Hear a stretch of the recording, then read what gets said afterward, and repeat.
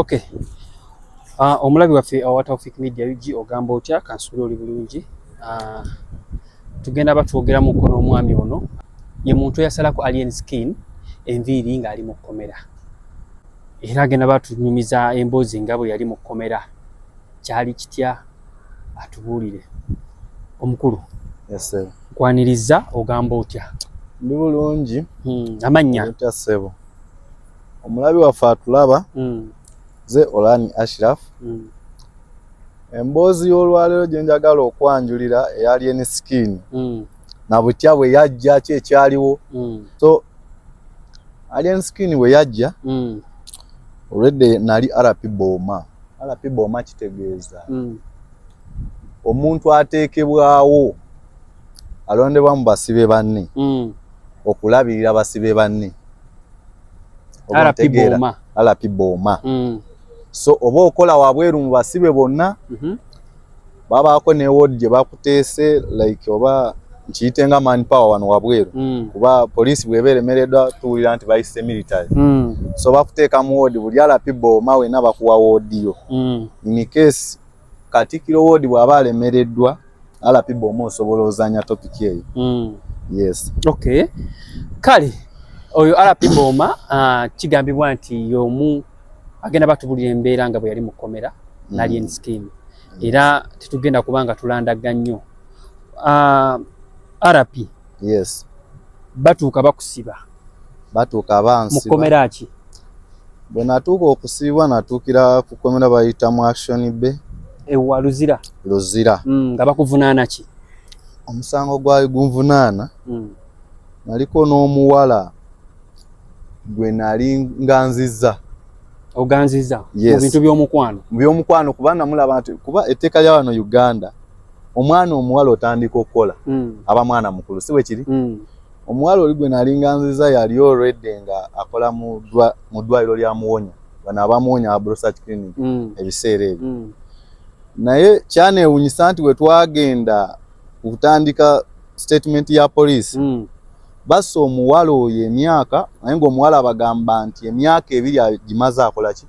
akoleddwa mu ddwaliro eryo. So Muwonya Brosearch Clinic eyo erimu ebintu ebinnyonnyolwa ddala eby'amaanyi. How old was she? Omuwala baali bamuwadde emyaka gyali 17. She was young. Naye she was young. Yali tali above 18. Yes, yo nga poliisi yamuwa egyo. Naye nga yo omuwala yali ayogera emyaka 18.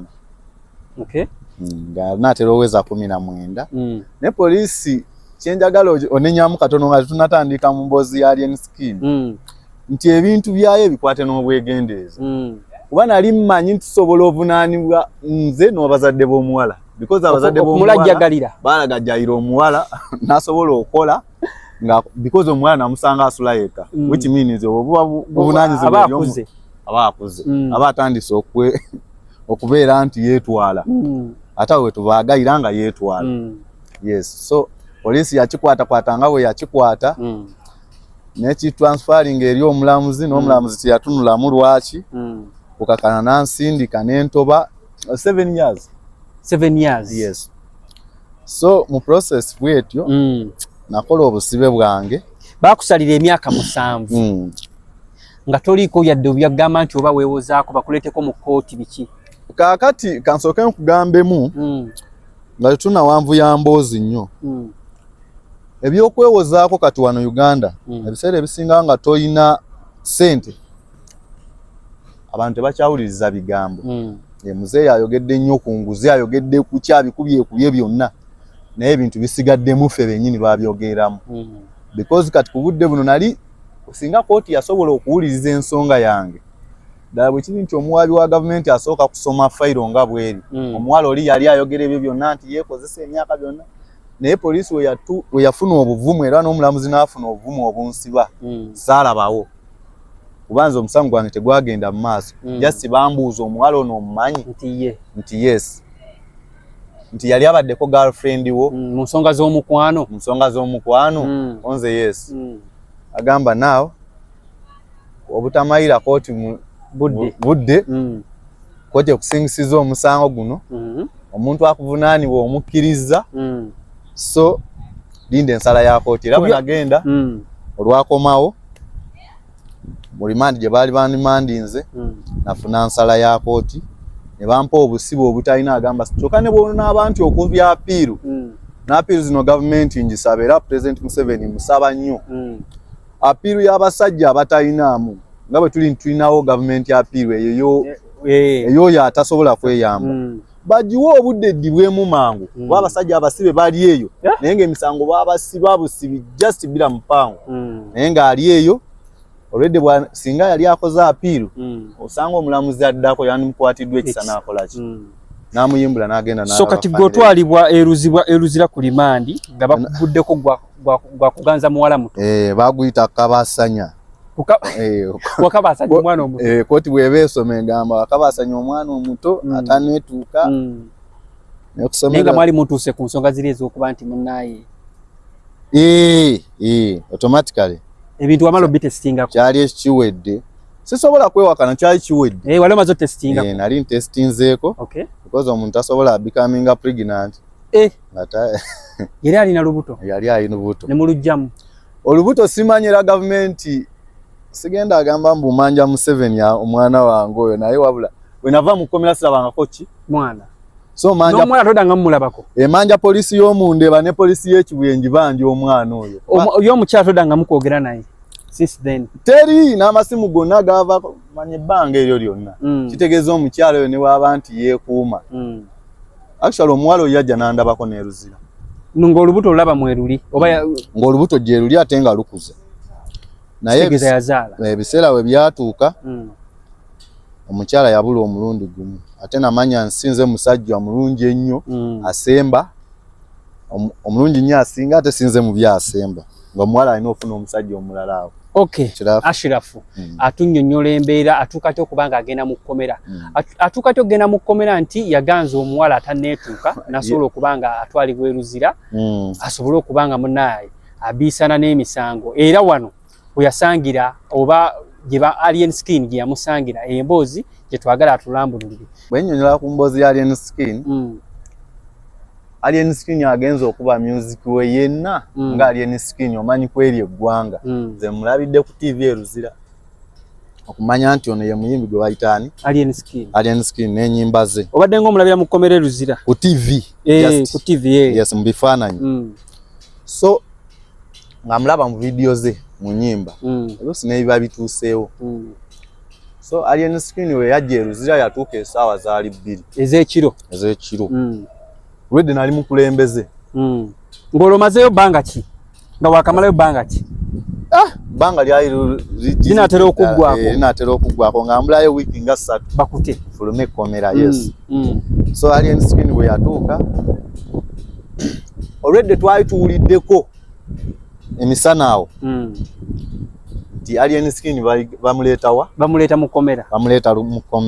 abasibe ne batandika okwecyancyanya awo baagala kola ki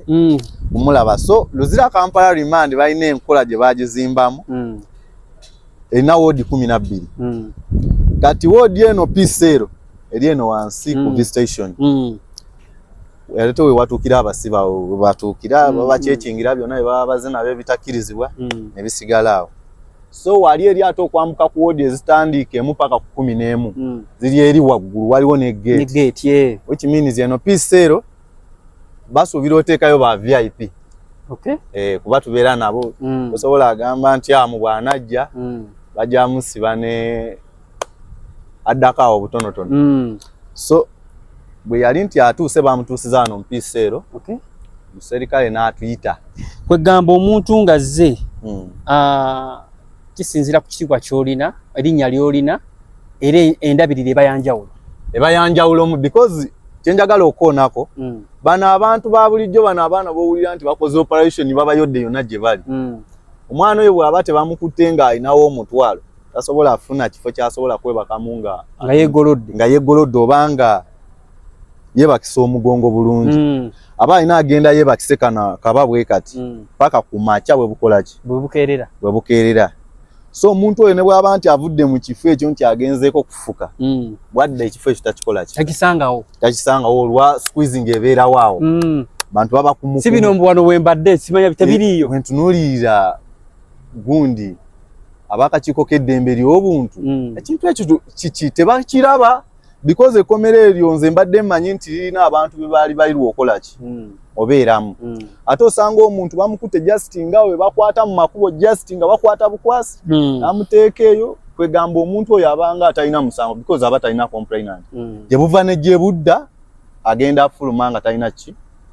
talina musango era ogenda abeera case dismiss musango talina so abantu abo abandi badde nga baleeta omujjuzo mu kkomera nze mbadde nsaba kooti zongera okutunulira fayiro ezo ez'operation ezo ze bakoleza poliisi zeekola mu operation ezo nti bano babayodde public nuisance babasanze mu bifo b'amalaya we beetundira ate nga kyewunyisa nti ne ba DPC ne ba OC bamanyi abantu abo we beetundira naye ebifo ebyo tebabijjaawo wabula ate bakwata abo abali mu bifo ebyo bakola ki Alien bamulese mu kkomera. Yes. Alien bwe yatuuka mu kkomera yatuuka essaawa zaali 2 nonja ampuliriza ffenna twali tuyingidde mu kkomera kuba mu kkomera tuyingira essaawa 10 ez'olweggulo obudde bw'omusibe eddembe liri wabweru oba liweddewo kati ffe tubalako n'akalembeeza ffe abakulembeze nsobola n'okwekuumira wabweru abo abaserikale bwe baba nga tebaneekengedde nti nyinza okutoloka nsobola obbeerawo paka oluusi kooti zikeerewa ne zisiibula abantu ku ssaawa 12 neninda kooti paka we ziyingira abasibe abakomyewo bayingira then nange nenkola ki nenyingira so Alien bwe yatuuka abasibe ffenna twali tuyingidde munda nga tuli wabweru abasinga abagundi abakulembeze like bakatikkiro overall atwala bakatikkiro bonna naffe ba bombers abamu abatonotono mpozi bombers be baluwa be bakolanga ki alapi bomba kati gwe obolabirira ekkomera lyonna mubasibe banno gwe babawo obukulu mubasibe banno bonna so mubeeramu alapi bomba mubeeramu alapi ward kati ona alapi ward yabeera mu ward kubalala okapu eyo jjukira baba bala foreign alina okubala okuyambako abaserikale abo abayitiseemu okubeera nti akonfaminga enamba bo gye bafunye oba ddala naye gyakoze eki eba ward ye bw'aba alapi ward aba alapi ward 1 paka weziggwayo ezo ward wemugambe 10 ward 12 so gwa alapi boma ate oba muneneko because obeera ne ward mwotwala n'ekkomera lyonna oba okola ki olitwala badde manyi otwala ward eyo lyonna okay sabula tugende bamuyingiza so bamuyingiza ward gye nalimu eyetuukiramu abantu eyo VIP gye nalimu nga gye banteseemu nga alapi boma ward mpanvu nnyo kitegeeza Alien Skin yali mu VIP yes okay ward mpanvu nnyo erina n'obusenge obweyawudde teringa obeeramu bw'omu bwe kiba kyetaagisizza oba yo teba mujjuzo teba na mujjuzo nnyo eyo VIP erina n'akagaali kali waliwo kye bayita ekigaali bwe bapanga bano okumu ekyo kye bayita ekigaali waliwo kye bayita ekisenge ng'omuntu yeeyawudde asulako bulungi ekitegedde ng'asulako bulungi asobola okwetaaya naye ono ow'omu kigaali oyo aba tasobola kwekyusa bw'aba yeebakidde left alina okuzuuka ate left alina okuzuuka paka ku makya ng'akyali ku left yeeyo paka ku foreign yemuzuukusa ya 12 saawa 12 ez'okumakya so Alien bwe yatuuka twayitibwa abaserikale kuba twali ba alapi bangi ebweru balagirwa tusale Alien enviiri nemusala enviiri bulungi yes musala enviiri bulungi namusala enviiri ne basooka ne bamuteekaawo okumucekinga nga abasibe abalala era mu process eyo yennyini tebamukkiriza kuyingira nangoye ze ng'olomaze omusala baba baagala omuntu ng'oli simaati nnyo yes ne bamuwa uniform n'ebirevu bino ne woba olinako obulevulevu babujjako kati ng'ebyo ebyo basobola okupepeta wenna nobeera kawalaata wenna so prison bwetyo embeera yayo bwetu gyetambuliramu so bamwambula n'engoye ze zonna ne bamugamba ayambale yero era yero olwajambala yasobola okubula n'abasibe abalala because luzira esobola okuta abasibe 10 ne receivinga mu kooti abasibe abawera ebitaano naye ng'etadde 10 ng'etadde 10 yes so bwe yajjiramu abasibe abalala abapya ne bamwambaza era yabulira mu basibe abalala kati kankusalamu ekirimi katono nnyo mukusala enviiri ye wali omaze omutegeera nti Alien Skin gwosazeeko enviiri because Alien Skin mu kutandika music we atandise ndi musibe so sasobola kwetegeeza Alien Skin. Who is Alien Skin? Ne mu kujja sasa kuba abalasita bangi abajja eruzira bangi abatalina amanya n'abo abalina amanya bangi kati tosobola atunulira nti ono oba enviiri z'ensala wezinti za dread ono muyimbi asasobola so wekyali nti kiwedde bamuziza mu basibe banne era nasobola omanyisibwa omuserikale yali kudutaawo ye yagamba nti wegwosaze Alien aliwo Afande Okero aliye Afande Okero ya Afande Boma musajja mulungi era musajja oyo Katonda yaba mumalira musajja oyo Afande Okero Sirista yagamba oyo gomusaze enviiri ye Kimenke n'owulira otya nenzuuka nengamba muno omukisa gw'amaanyi nagufuula omukisa so ye yali awulira obulumi naye nze nagufuula omukisa nsebo kuba nekomera lyonna olwamanya nabano bano abamuliraanya abalala abaite bamutegedde olwamanya nti Alien Skin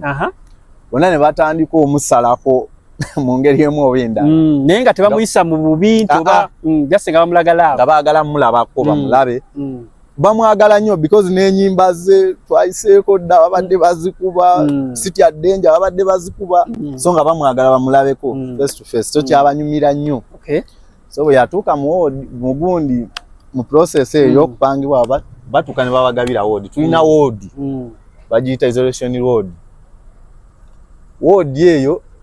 tukusutusizaamu gw'omupya wankava ku poliisi so olaba oba olina ebirwadde byo tuva omwo tukutegedde bw'oba olina art balina bwe bakutransferinga n'ofuna eddagala lya art era n'ofuna ne counseling okomera omwo oba olina ebirwadde ebikutawaanya era bakutransferinga oba ku action bay bamututte bamaze omumutereeza buli kimu bwe twali ye tebamutwala n'abo kye mbadde njagala okugezaako wagwe tulisivinze yenna omupya tumutwala naye ye yayawulibwako kwabo tebatwala mu eri ward then bavomba bagabe mu ward tebamutuusizaawo direct bagamba alina kubeera muki mu piseero nga tumaze omutegeereyo VIP bwe yajja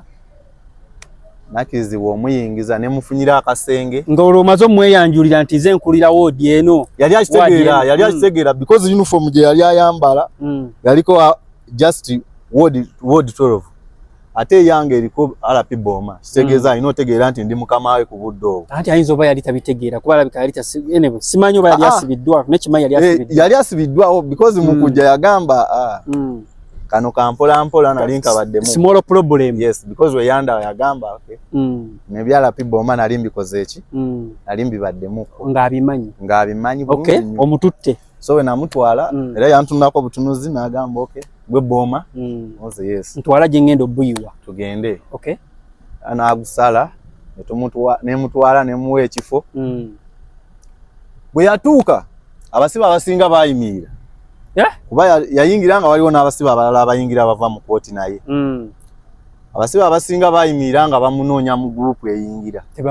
naye nga tebamulaba because enviiri zaali zikoze zijiddwako ate n'ekirala nga bakoma mulaba ku gundi ku TV abasinga yes bali bakoma mulaba ku TV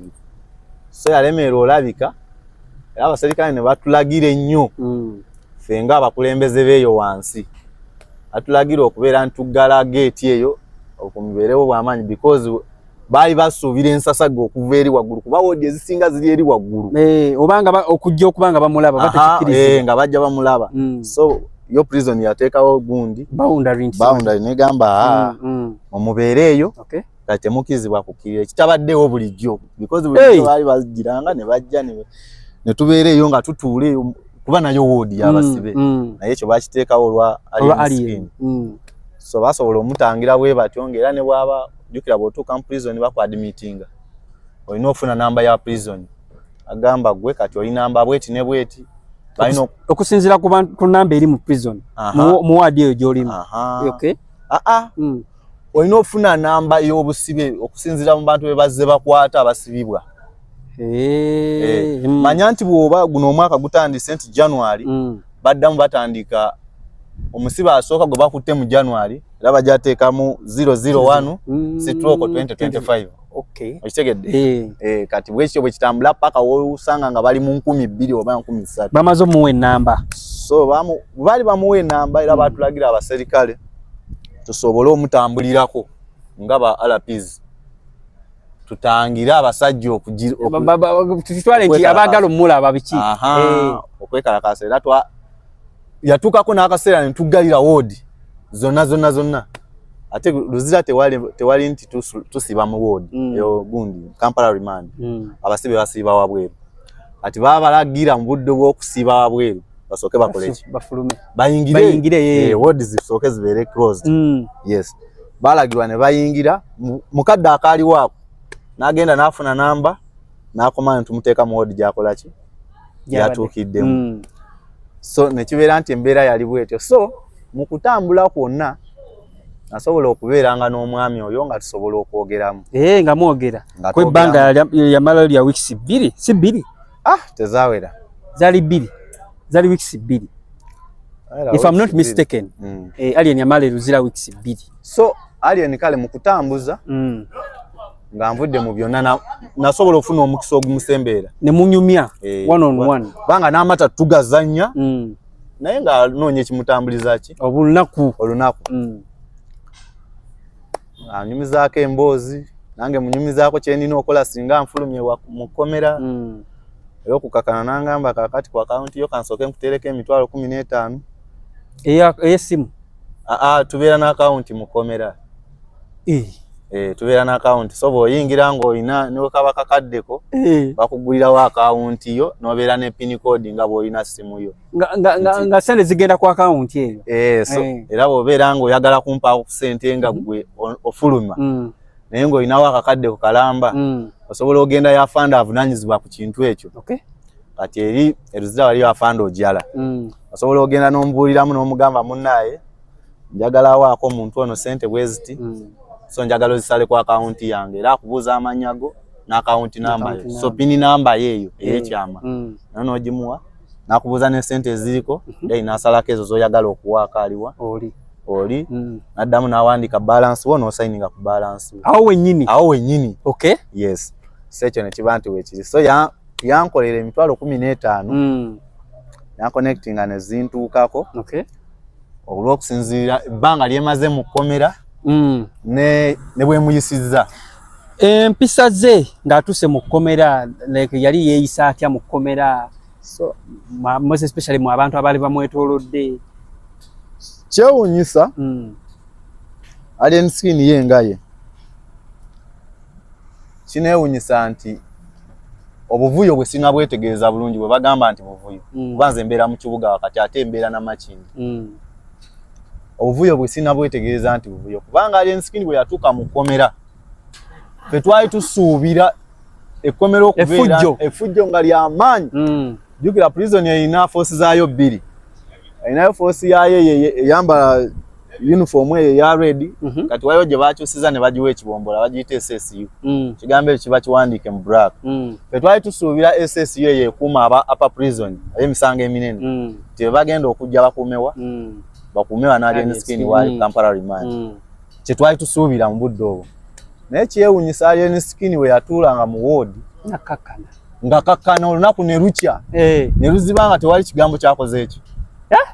Kyayogedde mu public like ffe abaali naye mu kasenge wano twalinga 2 3 bajjukira ne bodyguard we baamala ne bamuleeta. Julius. Nga tusobola tutuula awo ne tunyumya emboozi zaffe naye nga talina na mboozi gyanyumya nti oba eno nene ekanga. Kati gwe mu kunyumyamuuko naye kuba munemu amala ebbanga mwogeramuuko naye biki bye yabagamba ebyamuyesa Luzira mwatuukayo? So mu byonna Alien Skin kubanze namubuuza nze mwennyini ate nina odde kubuuza because mbaze mukamaawo obudde bakuleetedde ki? Bakuleetedde kiki? Nange ndabeko security yange weerina okoma yadde ndi musibe munno. Nange mbeereko ne security yange weerina okoma. So namubuuza bakuleetedde ki? Nangamba munnaaye waliwo omwana wange yabadde ku ddwaliro Ensambya. Eddwaliro ly'Abakatuliki. mwana yalwadde nafa mu ngeri gyesaategedde so nagenzeeyo babuuza just n'abawoninze because ye yangamba yagendayo n'abawoninga buwoninzi yabuuza abaakolawo omulwadde alyoka akole ki afe abasawo be yatuukako ku budde obwo baali si be bakoze eki si be baliwo n'ababuuza kati bali yabagamba bugambi kankomewo mujja kumbulira ababaddeyo bagenda kukola ki kumbulira bagenda kundaba naye munnayo omanyi abasajja abo like nga yagamba nga bo batambulirwako abasajja abalala bano ba bodyguards n'abalala abayayeyayi ababagoberera ekintu ekyo saba ba bodyguard be bakola gundi eyo ey'okubaakuba abantu naye mu action Alien Skin because twamala ntubiraba ku Bukedde TV ne tulaba action ze ye talina gwe yakola ki gwe yakuba yali behind cameras naye lwakuba nti yalabikiramu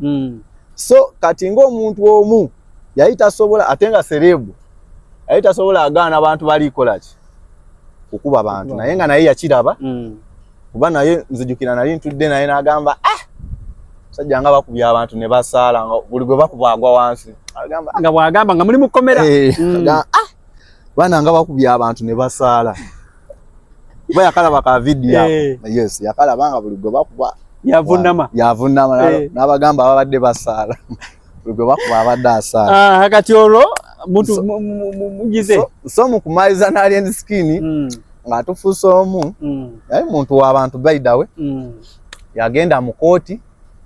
nga tukyamwetaaga nga Luzira era Luzira yaviibwako omuntu gwe badde ekyayagala because yavaayo nga n'abamu babadde tebannakola ki tebannamulabako olwa security gye yaliko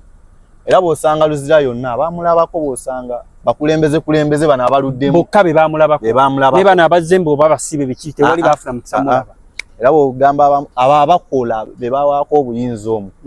basinga okulaba Alien Skin face to face kyasobola otambula naye n'amusinkana mukubo n'amanya nti ono yani Alien Skin kwegamba n'enviiri zaamukyusiza ddala gyakyusiza ddala ekifaananyi ne kibulira ddala so bwe yagira bwe yatuuka nga tandise obeera friendly waffe nnyo yagenda mu kooti olwasooka mugenda mu kooti ye nga mumanyi tadda kyekituufu twali tumanyi tadda kuba batugamba kati kagenze akoze agenze era n'abamu jjukira yalina esente ku akawunti ezimu kyenkuyambye nti akawunti nkuweeyo yalina esente ku akawunti ye teyayogera nti oba sente zino zitwalibwa agamba ekitabo kikyo abaagala bakole ki bazitwale nga naye akimanyi tadda yes naye yalina believe eri nti tadda n'agenda mu kugenda kyewuunyisa nti baleeta fayiro oba basoma fayiro endala bbiri zaali fayiro bbiri kyewuunyisa nti fayiro endala baagiwa beyiro endala nekola ki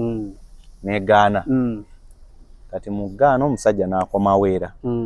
Luzira n'abagamba ti kiki ekiganye agamba munnaye fayiro zikyakola ki agamba naye ekintu kino teyasobola kitulambulira nnyo ebintu ebyaliwo byali bingi kukomawo kwa Alien Skin mukomera koza abantu abasinga baali bamanyi nti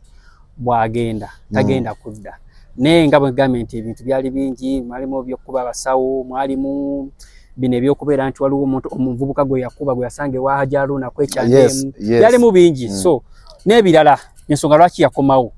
akomyewo kyewuunyisa teyakomezebwawo kumu n'abasibe b'abalala because Luzira ebeera ne baasi yaayo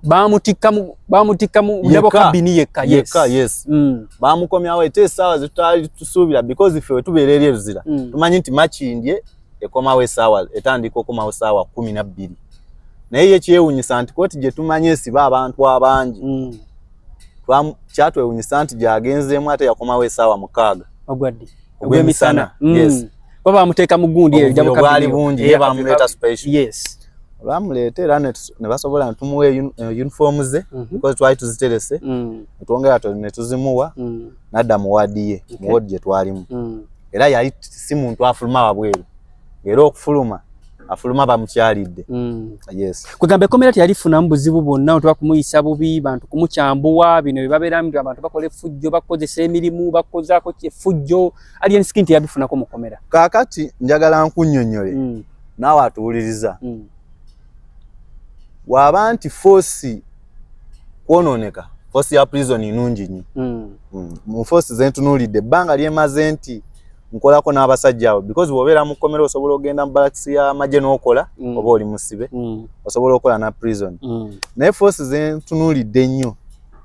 ezikyalina obwesigwa prison erina obwesigwa yes prison n'amagye bikyalina obwesigwa bikyakolera ku mazima amatonotono kale naye nga prison yo tetuyiginaako nnyo gundi because bw'otuuka mu prison bakuwa chance eyokwogera buli ekikutuusiddwako omusibe yenna oba omuserikale munda mu prison mwonna kasita oyingira prison ebyo ebyokukyambwakyambwa omuntu simanyi biki bikoma ku poliisi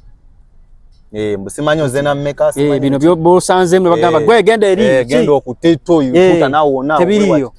mu prison tebiriyo era kuga wali oba n'eddembe lyo newoba ogiddwako kintu bakusindika waliwo office kati ate Kampala remand eri beta nnyo oyo ose aliyo nabasa ali beta nnyo kuba atuuka ne mubasibe nga atambula butambuzi n'abagwamu gola abantu yandibadde tasobola kwogera naye nosanga nga ate gwabuuziza ki ekiriwo bitambula bitya wano biri bitya nosanga nga yategedde amazima agali mu kkomera omwo so kwegamba alien ebyo teyabifunako because baali bamutya n'omutya akomyewo mu kkomera mubaddekaawo twalikaawo naye ne bamukomyawo olwo olunaku bwe yakomawo misana era ne tubeerawo ne bongera ne bamuyita mu kooti kati luno lwe bamuyita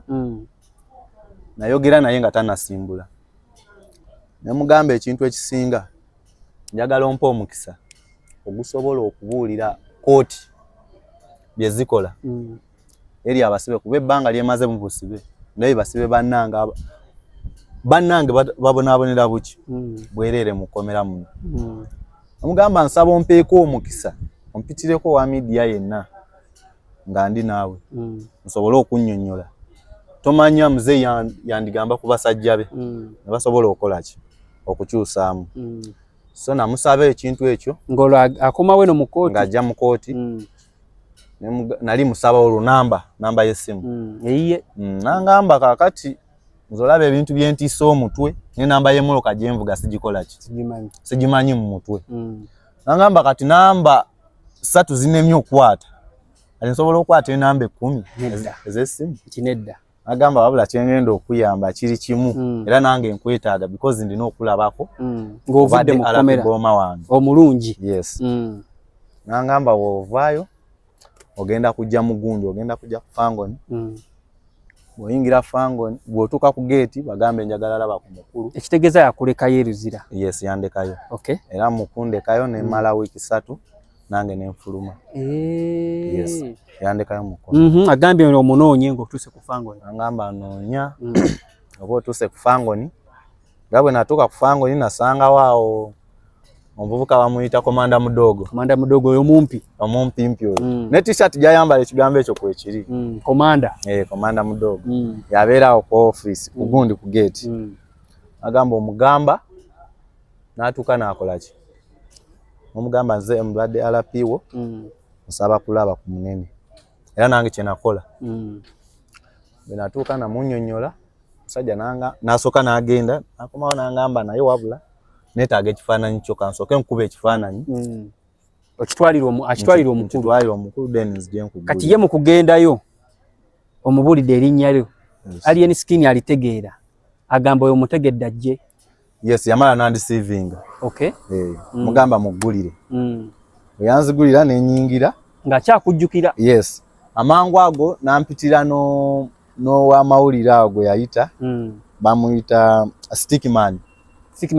mu Sudan yes era bw'oyingizaamu ku YouTube because ngezaako ku gundi TikTok tebikolebwa amawulire ago tegavaayo bulungi naye nga akatambi ako kali bw'oteekamu Stickman ku gundi ku YouTube oba ondaba kuba n'ekikoofiira kwe nali nyambadde ekyalawundi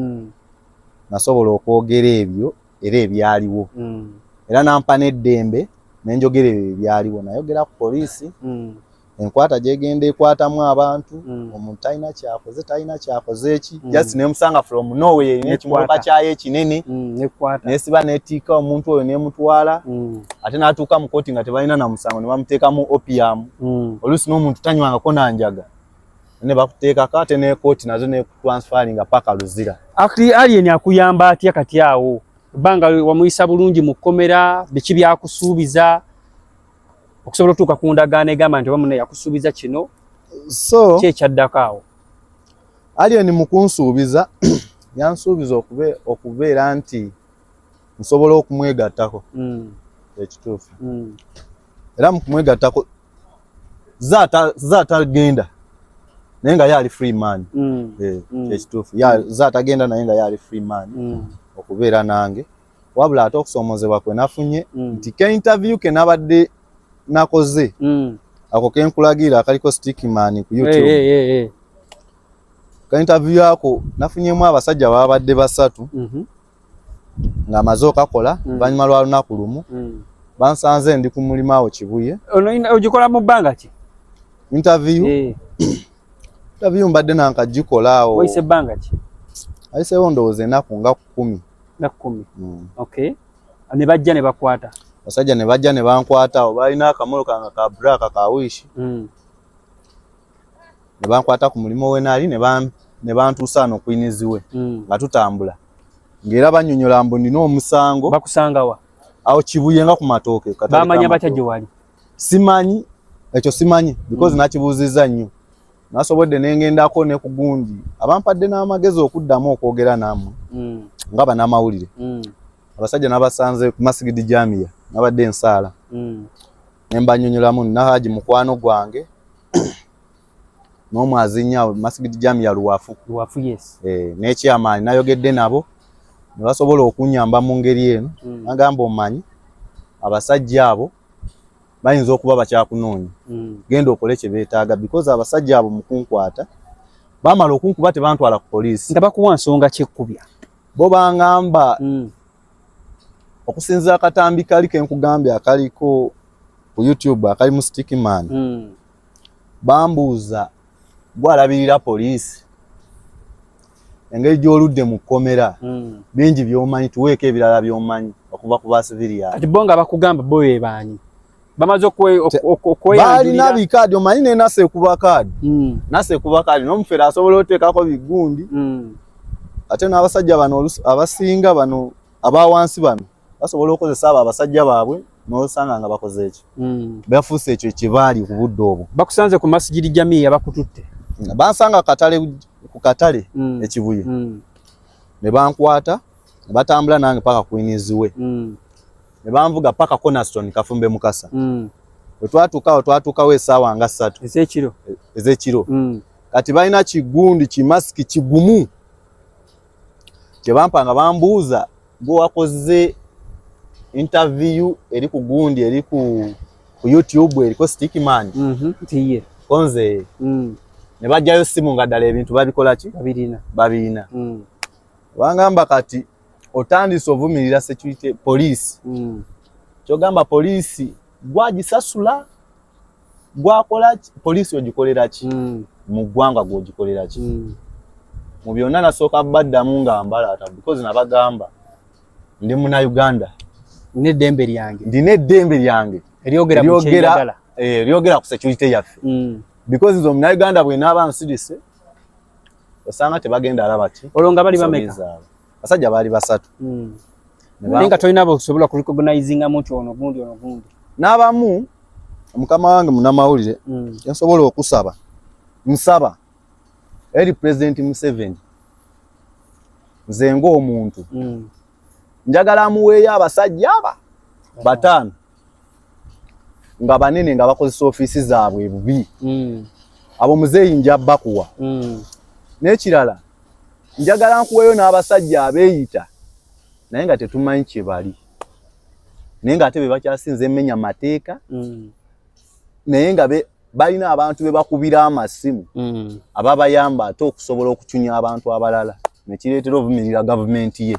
nti gavumenti nkyamu so nsaba Museveni mu nnaku 2 oba 1 nsaba mpite twogere oba asobola okumpitira omukyala Nabbanja simuinaako buzibu because Nabbanja njagala ebintu bye bwabikola ansanyusa nnyo because ebintu bye bisinga abikolera mu lujjudde ansanyusa nnyo awo kiraga nti aweereza ggwanga so nsaba mu nnaku zino njagala nkubuulire anti-corruption muzeeyi w'oginoonyeza walala nnyo anti-corruption eri naffe because we baasibanga bonna we baasiba abanene balamuzi baki bonna babasibanga nga mbalaba era nga abamu mbajjako emboozi era ezisinga wenaaba sinnafa njaba nzikubuulira nsuubira because we mbadde ngenda mu mawulire waliwo angambye n'angamba kakati oteekateeka olugendo olw'okufa kubanga kati bwewalampye waki wafu abasajja bakuladde mu motoka bakututte kafumbe mukasa so abasajja bantutte mu kafumbe mukasa abasajja bansamba muno era numizibwa lwakuba nti size mu ngeri ekanga nga obulumi mbuwulira muno mwonna mpulira basajja bansambye nnyo because nafunye n'okutaasibwa nandibadde nayanguye dda mu mawulire wano ali nasookedde mu masigidi yaffe wali eruwafu the masigidi jamia nendaba chairman n'omwazinyi we masigidi jamia nendaba na imamu wa masigidi jamia n'abalala awo abasiraamu basobodde okubeerawo nange era ala yaba abasasula basobodde okubeera nange nenfuna medical yasobodde kugamba basajja bakufunako obulungiko bakukuba bubi nnyo bankuba nnyo nga bangamba nti yogera ekintu kimu nti bye nabadde njogera mu YouTube nabadde sibitegeeza yokuvumirira security naye kyembuuza gwali eyo alaba yadde oli muserikale because ne mu kika kyange ninamu abaserikale n'abamaji ne mu family naye nga yadde oli muserikale ffe bwe tunaagaana obuulira security yaffe nga bannayuganda ani agenda okwogera eri security yaffe ng'era buli ayogera amazima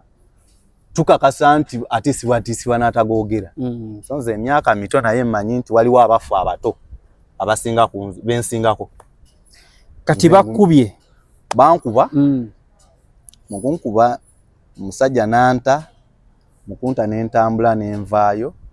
sasobola agenda ku police yes because nali nga nteeberezaamu obusiru bwe mbaanina abankubye beeyise baserikale bakuuma ddembe kuba ekigambo security kitegeeza omukuuma ddembe si we kiri abaaliko t-shirt zaaliko security abo abankwata ate abalala omulala abalala nga kuliko eriko gundi fangoni ne alien skin alien baali basatu baali abasajja basatu ababiri nga balina gundi eriko security omu nga ayambadde eriko fangoni omusajja mukuntwala nga bamaze obikola byonna bamaze okunkoonakoonamu muganda wange saasobola kufuna magezi kugamba nti ngende ku poliisi amagezi nali ngayina naye nga buba busiru because abankubye ndabako security ate nzire ku poliisi kati poliisi njasangayo ki si security okusobola obyokwerinda eri obulamu bwe era wandigenze ku poliisi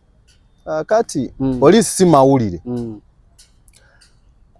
bulijjo mu emikisa mugifunanga mitono egibakwata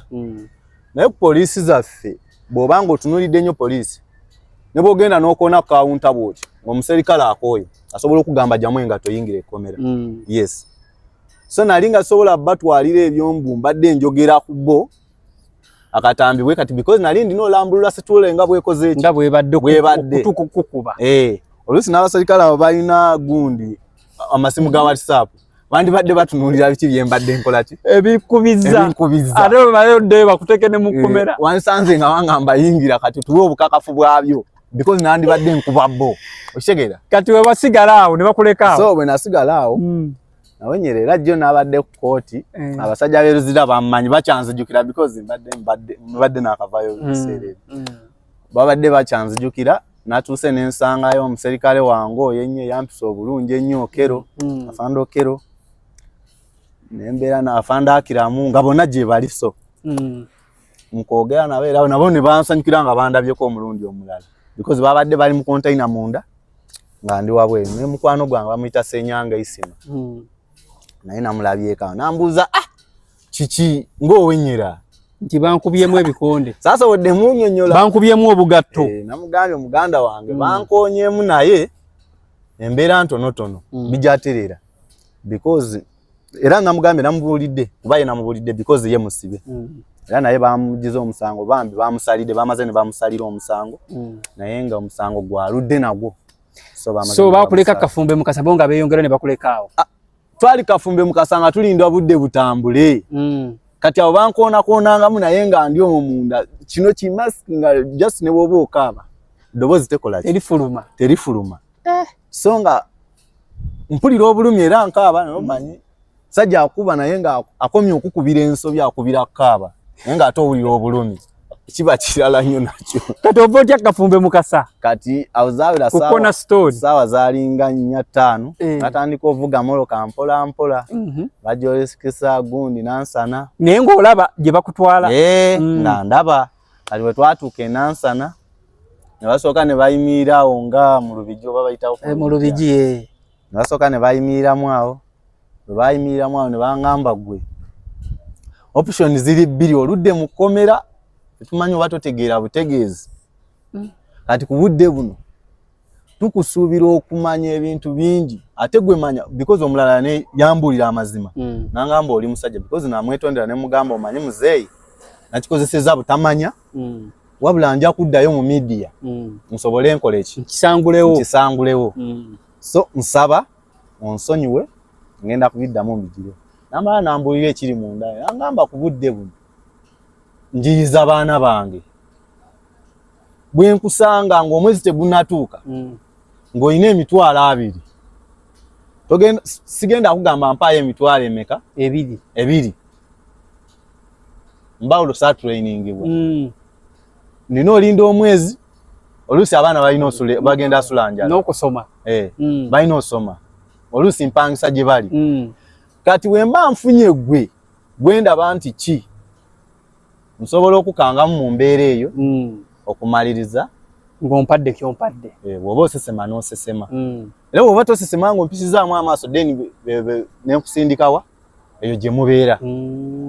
nangamba gwe zibuka amaaso fuuka muyaayi manya nti esente zirina okubeera mu nsawo okwewala byonna ye auction gye yampadde so neneebuuza sente zigenda kumbeera zitya mu nsawo nga kwegamba n'abo abaziina bakaba poliisi ate n'emirimu omulimo sinagufuna bulungi kugamba owakomawo embeera neyongera okuba nga embeera ekyali nzibu nnyo mazima so bwe nava mu mikono gyabwe nakomawo n'omugaga gwe nali nkwataganye naye nangamba ebintu bye nabinoonyerezaako byanema okola ki otegeera n'omusajja nangamba kale wandigeze mu media n'okola ki n'obeetonda kyesobola kola era seetonda ge mazima seetonda seetonda because bweneetonda mba nkotogedde abaana benzadde nabo ne banaazaala because ffe bwe tunenya Museveni ku ntikko tosobola kubeera nga gwe taata w'abaana ewaka n'ogula sabbuuni n'ogula akakuuta ebintu nga waguze ekyennyanja ekiro mwalidde ekyennyanja which means oba omanyi sabbuuni n'akatimba bigenda kwoza ki naye bwe ntuuka nze okukyalira nendira mu sowaani eyo ng'ewunya ebyennyanja ng'abaana tebaakozesezza kizibu nnyo kyalenjinga nti omusajja oyo wamakage omusajja oyo mukyafu kati ye Museveni alina ebirala byagobako naye bano be yawaawo zi office abali ku ground ebafudde NRM enfu yes because nze bwe ntunuulira NRM netunuulira because ebbanga lyonna mbadde mu kkomera wandisanze singa omusajja oyo poliisi byekola byayagala eggwanga balikole wandisanze nga teri ggwanga lisikyasobola kujjawa wano naye kati olaba abasumaayi tuvimba nabo baki bonna tuvimba nabo asobola n'okugamba gwe Munnayuganda nti nja kusirapinga n'okukuba egamba balina ddembe balina freedom so omusajja oyo so muzeeyi nkusaba ompite twogereko nja kuwa abantu abo ne kodi ze bakozesa n'abamu we basangibwa naye wabula ate okukakasa nti gwampise njagala ku bakozi ba Bukedde ono mwennyini anzijako interview bwe njagala ye mwennyini bwe mba nkubira ankaka senti gwakoze eki yakuyise gwampise oba nabbanja yampise era emikono gyengenda mu miki mituufu wenfuna abalala bw'oba bali mu drone oba ki sijja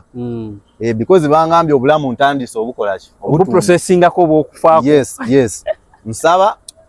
omusajja ono yagenda okundeeta mu mikono gyo oba emikono gya nabbanja ye bwe namuwulira nti yantwala ne Hadija Namyalo gyali ajja Hadija Namyalo omumanyi yes naye bukedde nsobola omumanya gwe oba Bruno K oba Dja yes Bruno Betty ono Bruno omuddugavu Bruno Betty owa Malibu yes Bruno Betty si Bruno K muyibi okay Bruno Betty yes so kale yoyo embozi y'omuganda waffe oyo omukuba bagamba nti yasalako alien skin enviiri ate era nga still y'omu kuba bomba abamulabirira mu kkomera ne batubulira empisa ze yeesaamu okutuuka okuba nga bamusibula okuba nga ava mu kkomera so ebadde emboozi yosufa kati oli kuki obudde buno kyembaddeko mbadde ndi ku process y'omulimu ogusobola okubeera nti gunfuulira ddala bize era nsaba alinayo omulimu nga gusobola okunfuula bize obudde buno n'essimu kasimu nagitunze olw'obujjanjabi koze mbadde sina growinga nnyo simu nengitunde olw'obujjanjabi nagitunze ati ku budde buno sirina namba gyesobola akola ki so nsaba abalabi ba Bukedde abalabi ba mawulire wonna gy'oli gye tuli gy'oli gy'otulabira olinayo omulimu osobola ojja kunyamba ojja kufuna namba ya presenter ono asobodde okunzijako interview gw'ojja asobola okundaba because gwe nja kulaba nja kulaba bujanga ova mukomera kati wayise ebbanga ki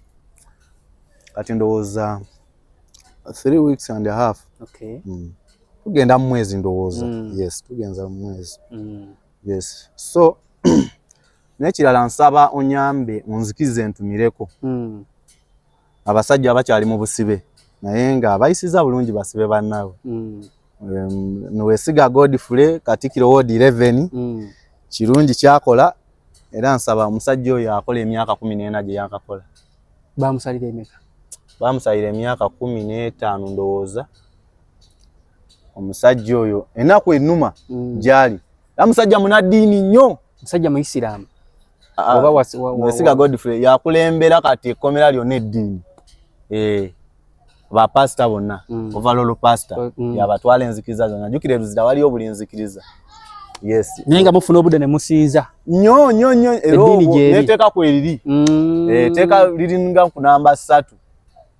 nti ki respect prayer time era we bakusanga wabeerawo ba polisi baawo nti omusiraamu eswala we beetuuse azani bajuulira yes azani ebeerayo mu ward omwo buli ward ebeera na imaamu laba imaamu b'amawoodi mbalamusizza nnyo so bakola omulimu gw'amaanyi okusinza Katonda bayidawo obulamu eri bw'obeeramu okwesiga Katonda so ntumirako abantu bano Lubega Brian Edikuuku afande Lutaya Sala yakola ku visitation mukazi mulungi nnyo afande na Reiso afande n'abasa afande Okero nkutomidde nnyo afande Boma n'afande Mujira afande Akama afande Pugoti ne Mulangira Juko oyo mukulu ye mukulu ani Oran Ashrafu musajja muisiramu omuntu yenna nga aliye nga wandesanye okubanga omuyamba ng'omuddukirira mu ngeri emu oba endala omusajja yenna ali eyo ebintu by'okubanga oli musibe obimanyi nga gwe wali osibiddwako embeera ogimanyi gy'obeeramu nga wakava mu kkomera ebintu byonna bigootaana osiraanamu somehow naye musajja wuyo muvubuka muto naye gwasobola okubanga osobola omufunira omulimu osobola okubanga omuyamba ebyaddala etali bulungi osobola oyita ku namba yange 704-64-3674 njiddamu eri 704-64-3674 in case of anything njaba mukutuusaako asobole okubanga muganda wange ayambibwa omuntu yali ayiseko mwene embeera kansubira oba ogimanyi bulungi nnyo n'omukyala aliyo nga wandyagadde okufunira omwami ono omulimu bambi muyambe embeera gyalimu si nnungi so nsigadde amannya bamita Ibra Case mwebale nnyo mwebalire ddala